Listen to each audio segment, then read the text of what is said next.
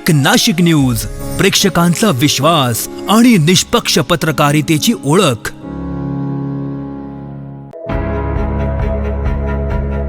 नाशिकमध्ये बकरी ईदचा सण धार्मिक उत्साहात आणि शांततेच्या वातावरणात साजरा करण्यात आला।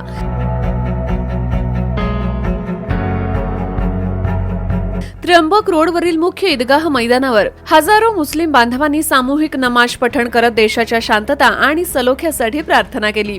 शहर ए खतीब हाफिज हिजामुद्दीन अशरफी यांच्या नेतृत्वाखाली सकाळी 9:30 वाजता नमाज पठण केलं।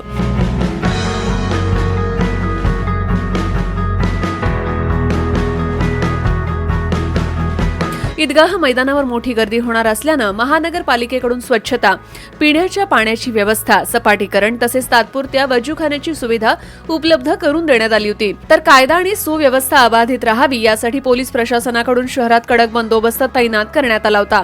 वाहतूक कोंडी टाळण्यासाठी सारडा सर्कल, गडकरी चौक, चांडक सर्कल आणि सीबीएस परिसरात वाहतुकीचं विशेष नियोजन करण्यात आलं होतं। एकूणच नाशिक शहर आणि जिल्ह्यात बकरी ईदचा सण शांततेत, भक्तिमय वातावरणात आणि उत्साहात पार पडला।